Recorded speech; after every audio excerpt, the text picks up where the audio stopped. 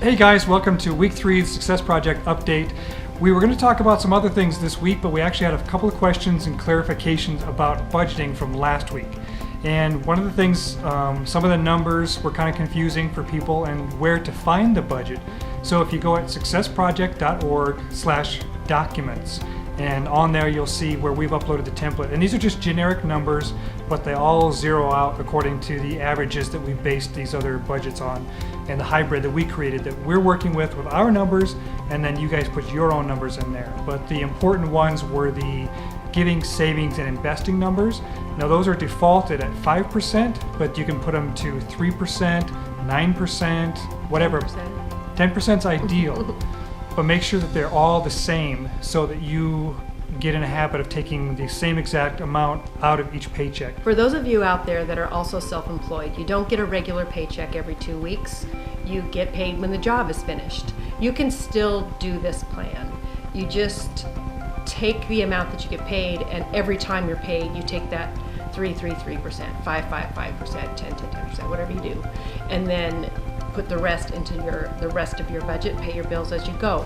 But we like to put our money into separate checking accounts. That helps us to kind of keep money separated, so if everything goes into our personal checking, it's too easy for us to kind of be like, wow, we have extra money, rather than taking it out right away and putting it into our separate accounts. And when we get to the point of when the investing account gets put into action, we'll start discussing that, because what we're working on right now is avenues to use that money for investing. So that if you're only putting $100 into that account right now, it's okay. Let that build up for a few months here, and then we'll start putting that into action, and we're going to share how we're doing that. Savings is important to not touch that. You want to let that grow as big as you can. It's an emergency use only. And the giving usually should be distributed on probably a monthly basis, unless you know exactly what you're going to be giving it for. If there's a cause, a church, any kind of fund that you know you're saving up a specific amount to donate, then save it up for that. But otherwise, on a monthly basis, pull 100% out of that giving and give it to that organization or person or whatever company that you have decided to use that giving account for, and that refreshes every month. And some of the things that we've been listening to, we've been digging into a lot of audiobooks and podcasts. One of the favorite ones that I have is Self-Made Man with Mike Dillard. And he's been doing this for years now. And Lori and I try to listen to this sometimes if we're together. If not, we would listen to them separately and we discuss notes. They're about 45 to 50 minutes each. And Mike has the best access to these people that are already through the trenches of becoming an entrepreneur, failing, succeeding, failing again, and succeeding again. All of the hits and misses and trials and errors that they have gone through that we are trying to absorb to minimize our downtimes and our trip-ups and mistakes, but we know we're going to make those. But I highly recommend Self-Made Man by Mike Dillard as a podcast. And I wanted to give you a list of some of the books and things that we've been listening to.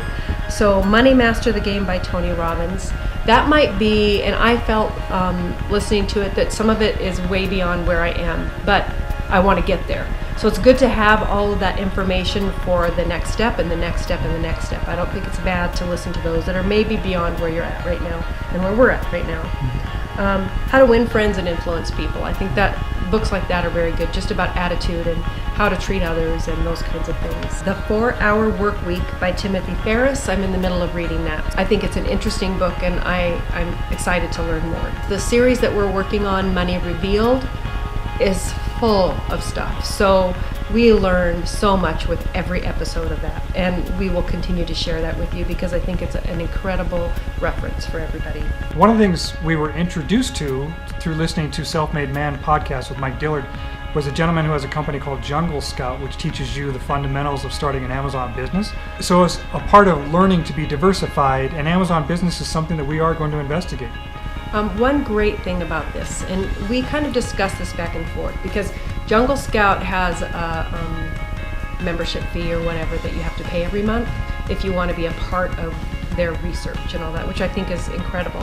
But to say, okay, I'm going to spend $40 a month on this, is it worth it? Can I just do this on my own? I mean, that's $40 a month. But we talked about bringing our kids into that. Now we have teenage kids and we have some young adult kids also.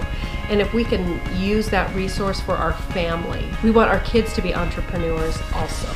So if we can bring our kids in to learn about this and start their own businesses and get something going, then I think the $40 a month is doable. And I mean, maybe even your kids, if they're in their 20s, they can pay $10 towards that a month or whatever, if they're also using that resource. And I wouldn't say go outside of your family with that, but within your family, to really utilize that $40 a month if you can find that in your budget. And we'll talk more about that. I think it's a good investment at this point. Once we jump into it, we'll talk more about what we think about everything, the services and everything. So we are learning that if it's $40 a month and that is a part of our investment cost, that will be, I guess it's tax deductible. It's an expense that is written off as part of our business expenses. So just change the way that you think about those monthly fees on things, but be smart with it too. Don't be reckless. Make sure that you don't just jump on the newest trend of something. Look at the reviews, check it out. Don't emotionally just jump into something that you think looks good.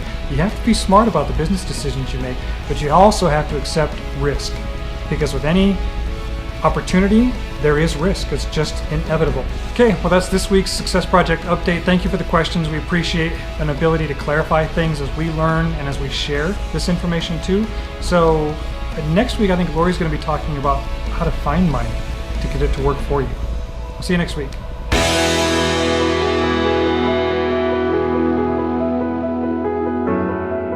Are you ready? No, because I don't know what you're talking about. We What do I don't say? get regular. Uh-oh. Where do I look? Oh, I did it again. We need all of to- us, all together. Look at how big my hand is. You're full of bloopers.